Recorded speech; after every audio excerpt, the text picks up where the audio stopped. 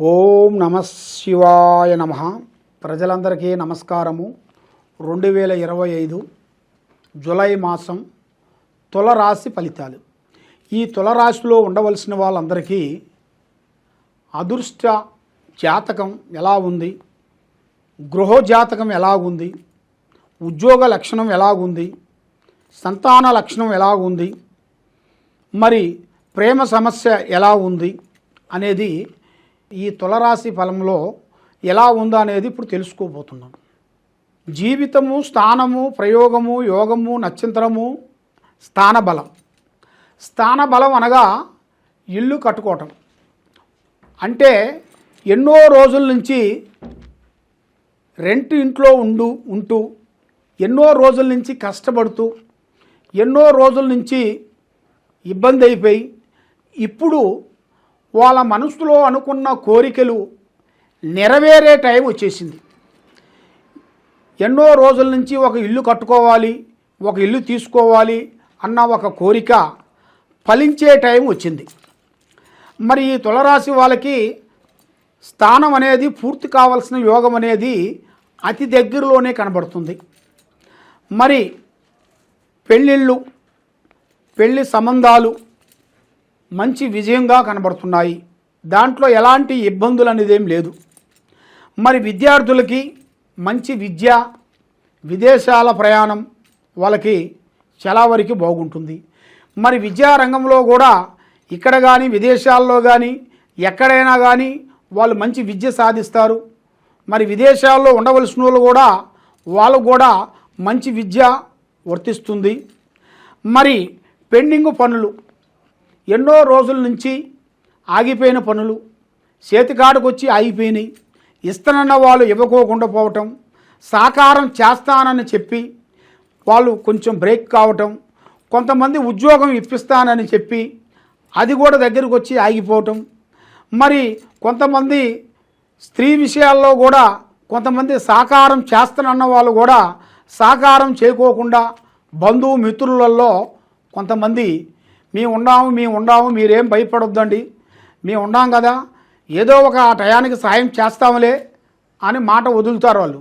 మనం ఆ మాటని పట్టుకొని అబ్బా మన వాళ్ళు మన టయానికి హెల్పింగ్ చేస్తారులే అని ఒక ఆశ అనేది మనలో ఉంటుంది. కాబట్టి ఆ ఆశకి మనం కొంచెం జాగ్రత్తగా ఉండాలి. ఆశ ఉండాలి, అతిగా ఆశ ఉండకూడదు. ఆశను బట్టి మనం పాలు కావాలి. మరి ముఖ్యంగా ఆరోగ్య సమస్యలు కొన్ని కనబడుతున్నాయి. ఆరోగ్య సమస్యల వల్ల కొంత జాగ్రత్త పడాలి. మరి ఉద్యోగస్తులకి ఉద్యోగ ప్రయత్నాలు చాలా వరకు అద్భుతంగా కనబడుతున్నాయి. ఈ నెల 15వ తారీఖు నుంచి మంచి ఉద్యోగ విశేషాలలో మీరు ఏది అనుకుంటున్నారో ఆ ఉద్యోగాలు మీరు తప్పకుండా పూర్తి చేయాల్సిన యోగం అనేది మీకు కనబడుతుంది. మరి కొత్త పెట్టుబడులు మీరు కొన్ని పెట్టి కొంత బిజినెస్ కానీ కొంత పనులు కానీ చేయాలనుకుంటున్నారు. కానీ మీరు అధిగమించిన ఖర్చుతో చేయొద్దు. మీ స్థాయి ఎంతవరకు ఉందో అదే విధంగా చేయాలి. ఏం కాదులే అని మీరు భారెత్తున ప్రయత్నం చేశారనుకోండి, దానివల్ల చాలా చాలా చాలా నష్టపోయేది ఉంది. కాబట్టి మీరు చేసే కొత్త ప్రయత్నాలు మంచియే, కాబట్టి అవి మీరు మీ తాకత విధంగా చూసుకోండి. తాకత మించింది చేయొద్దు. కాబట్టి అధిక ఖర్చులు ఎక్కువగా కనబడుతున్నాయి. అధిక ఖర్చుల వల్ల చాలా వరకు కొంత ఇబ్బందులు అయ్యే మార్గాలు ఉన్నాయి.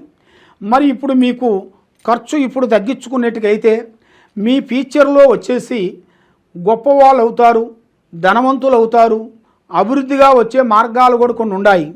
కాబట్టి మరి ఈ ఖర్చుని మీరు చాలా వరకు తగ్గించుకొని ఎక్కడ ఏ పని చేసుకోవాలనేది మీరు ప్లానింగ్ ప్రకారంగా పోయినట్టుగైతే మీకు అన్ని విధానాలుగా విజయవంతమయ్యే మార్గాలు కూడా కొన్ని కనబడుతున్నాయి.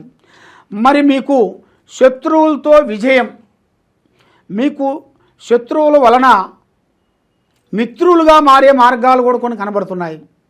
కాబట్టి మీ మనస్తత్వం కూడా శత్రువు మీ దగ్గరికి వచ్చినా కూడా సాకారం చేసే మనస్తత్వం కలిగిన వాళ్ళు. ఈ తులరాశి వాళ్ళంటే శత్రువులు వచ్చినా కూడా వాళ్ళకి భోజనం పెట్టి వాళ్ళకి సాకారం చేసే మనస్తత్వం కలిగిన వాళ్ళు. ఎదుటివాడు బాగుండాలి, ఎదుటివాడికి ఏదో ఒక సాయం చేయాలి అన్న ఒక ఆలోచన ఎక్కువగా ఉంటుంది ఈ రాశి వాళ్ళకి. ఎవరైనా కానీ బంధువు కానీ స్నేహితులు కానీ మిత్రుడు కానీ మనకి తెలియని వాళ్ళు ఎవరైనా సరే మన దగ్గరికి వచ్చి ఒక సహకారం కోరారు అనుకోండి, అబ్బా మనకు ఒక సహకారం కోరాడు, వాడు బాధలు మనకు చెప్పాడు అనుకోండి, మనకు కూడా ఒక బాధాకరమైన ఫీలింగ్ అనేది మనకి ఏర్పడుతుంటుంది. ఆ ఫీలింగ్ వచ్చినప్పుడే అది మానవ ధర్మం, అది మానవ ధర్మానికి చెందిన మనిషి అంటారు. కాబట్టి ఆ ఫీలింగ్ మన దగ్గర ఎదుటివాడు బాధలు చెప్పేటప్పుడు ఆ ఫీలింగే లేనివాడు అది మనిషి జన్మే కాదు. కాబట్టి అది కూడా మీరు ఎక్కడ పోవాలా, ఏమి చేయాలా అనేది, ఎవరికి ఎంతంత సాయం చేయాలా అనేది కొద్దిగా మీరు తగ్గించుకునేట్టుకైతే భగవంతుడు ఇచ్చినంత వరకు పెద్దవాళ్ళు ఇచ్చిన ఆస్తులు కానీ పెద్దవాళ్ళు ఇచ్చిన వస్తువులు కానీ అవి మనం కాపాడుకోవాలి. అవి కాపాడకుండా మన స్వార్థం ప్రకారంగా అది అందరికీ ఇచ్చుకుంటూ పోతే మీ పని అధోగతే పాలు కనబడుతుంది. మరి దైవం మీద నమ్మకం లేని వాళ్ళు కూడా ఆ భగవంతుడు నమ్మకం అనేది మీకు కలిగే సిచ్యువేషన్లు కొన్ని కనబడుతున్నాయి. కాబట్టి మరి ఆ నమ్మకం అనేది మీకు ఎక్కువగా మీకు ఉండాలంటే మీరు దైవ అనుగ్రహాన్ని పొందాలి. దైవ అనుగ్రహాన్ని పొందాలంటే మనం ఎప్పుడు పడితే అప్పుడు చేసేది కాదు. దానికి ఒక టైము, ముహూర్తము, వేళ విశేషం అనేది ఉంటుంది. అదేవిధంగా మరి ఆ వేళ విశేషాన్ని బట్టి ఆ టయాన్ని బట్టి మీరు నడవాలి.